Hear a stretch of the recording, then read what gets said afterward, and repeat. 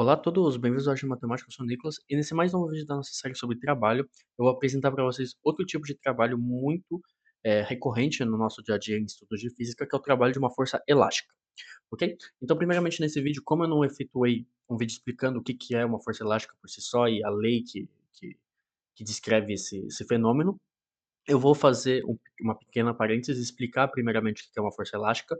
Não é muito complicado, tá? Vocês vão entender intuitivamente, se você já viram uma mola.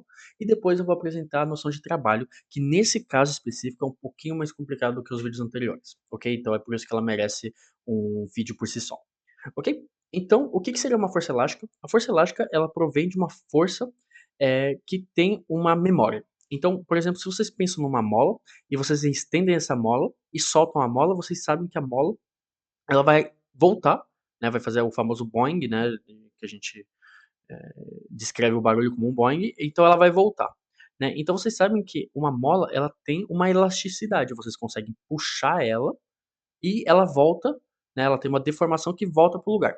Isso daí a gente chama de deformação elástica, é uma noção mais complicada de ser explicada e tudo mais, mas uma mola tem isso, ok? E quando vocês amarram, por exemplo, um bloco em uma mola e vocês puxam um bloco, né, vocês percebem já no dia a dia que a mola vai exercer uma força, sobre esse bloco. Então, por exemplo, se vocês puxam o bloco para cá, então para a esquerda, para a direita, perdão, vocês têm um deslocamento D, né, vocês vão ter uma força, que eu vou escrever de outra cor, vou escrever de preto aqui, vocês vão ter uma força que vai contradizer o movimento de vocês, ok? Então que vai ser uma força elástica aqui. Ok? Então, uma força elástica, que vai contradizer o movimento de vocês.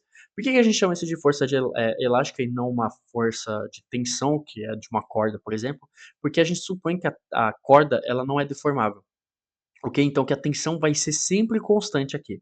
Já a força elástica, ela vai ser bem maior o quanto, né, quanto mais vocês vão puxar. Porque se a mola ela estiver realmente muito, muito, muito deformada, vocês precisam e exigem muito mais força para vocês quebrarem essa deformação. Por exemplo, se a mola arrebenta.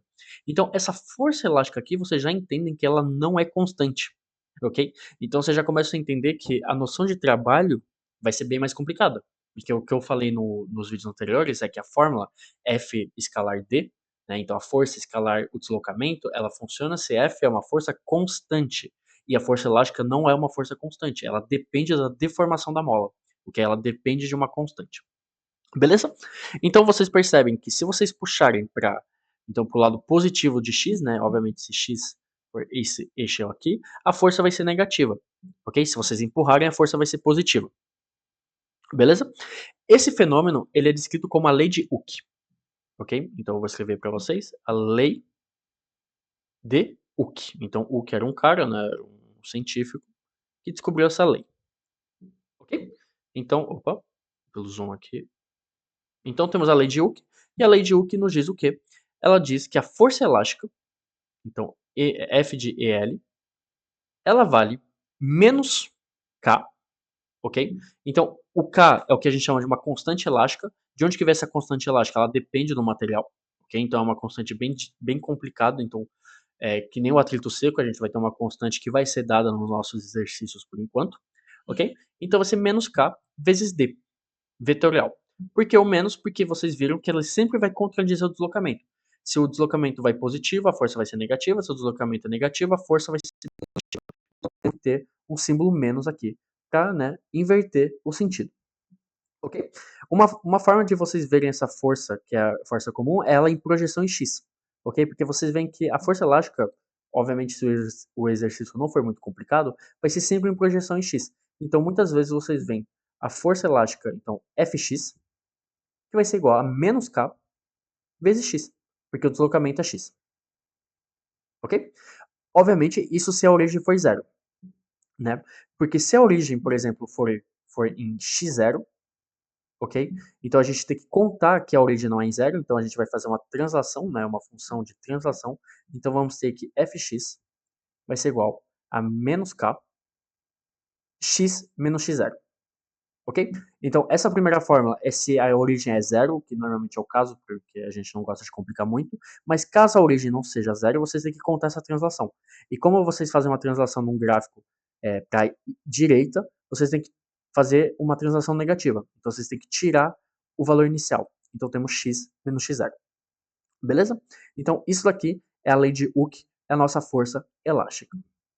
Agora vai começar a complicação, que é definir o trabalho de uma força elástica. Vocês vão ver que, na verdade, a ideia inicial que é complicada, assim que vocês têm a ideia inicial, a parte matemática do exercício não é muito complicada, né?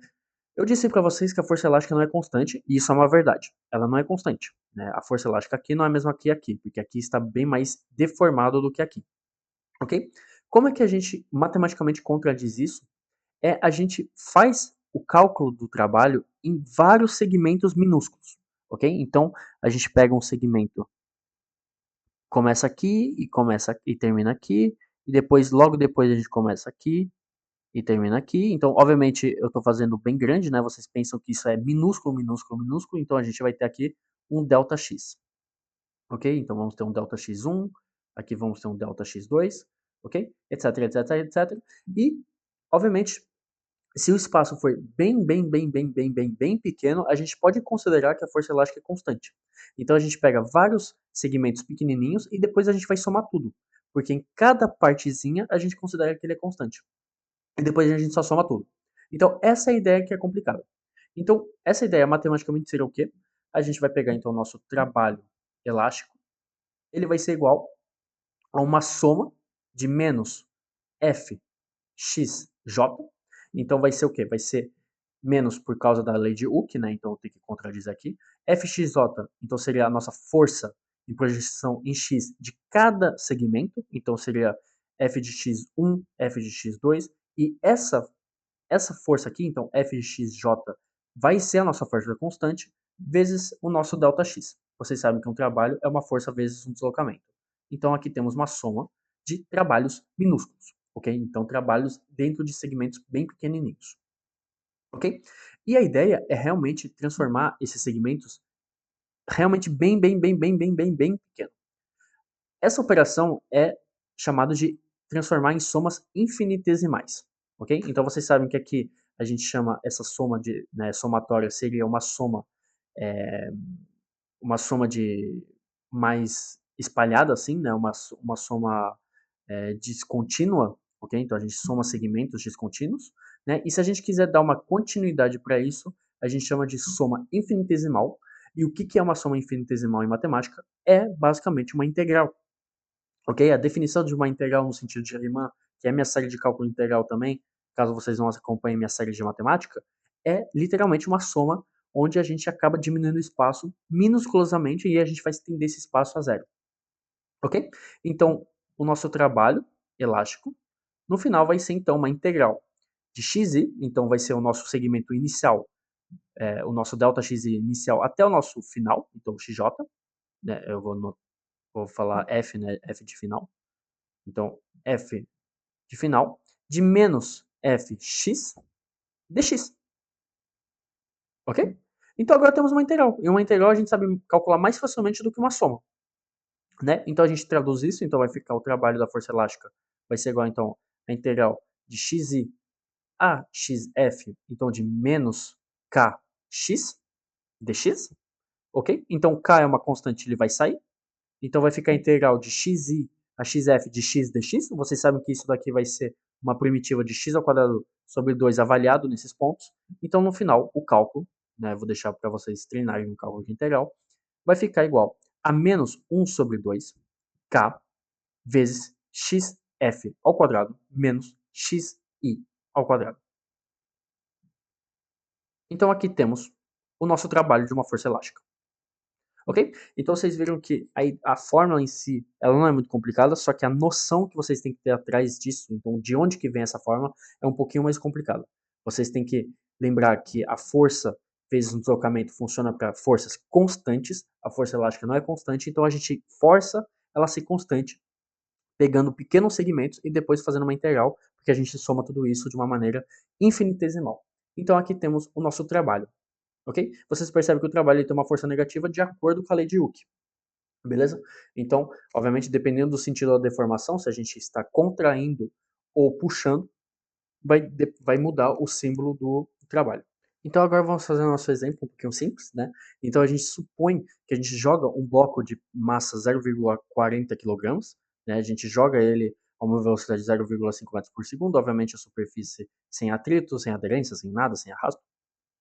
Então realmente é o nosso caso ideal, né? E a gente joga ele em cima de uma mola, então uma mola de constante elástica 750 newtons por metro. Obviamente a unidade da constante elástica é óbvia, né? Se a força é igual a menos K vezes o deslocamento, então tem que ser newtons por metro vezes metros para dar newtons, ok? Então essa é a unidade aqui da constante elástica dessa mola. E a gente quer saber que, jogando o bloco dessa massa nessa velocidade, o quanto essa mola vai comprimir no momento que esse bloco tocar, né, nessa paredezinha aqui da mola. Beleza? Então, para fazer isso, a gente vai utilizar é, o teorema, né, eu não apresentei como teorema, mas a noção de energia cinética e trabalho, né, você sabe que o trabalho é relacionado a uma variação de energia cinética, ok? Então vocês sabem que o trabalho vai ser a energia cinética final menos a energia cinética inicial, né? E vocês sabem que pela definição que eu acabei de demonstrar aqui, né, então temos xf menos xi, então isso daqui vai ficar menos 1 sobre 2k vezes o deslocamento ao quadrado, né? Então, obviamente, eu fiz em xf menos xi, isso daqui claramente é um deslocamento, né? Então vai ser o nosso deslocamento ao quadrado, ok? A gente quer achar esse deslocamento aqui, beleza? Então, vamos substituir isso daqui, né? Então, obviamente, no momento que o bloco tocar no limite, ele vai parar. Um objeto que está parado não possui energia cinética, então aqui vamos ter um zero. Então, isso implica que temos zero menos, obviamente, uma energia cinética é 1 sobre 2 vezes m vezes v ao quadrado. Então, vamos ter 1 sobre 2 m v ao quadrado, que é igual a menos 1 sobre 2 k vezes d ao quadrado. Ok? Então agora a gente vai isolar D. Então vamos ter isso daqui que vai se eliminar com isso, né? Então vamos ter mv ao quadrado sobre k, que é igual a d ao quadrado.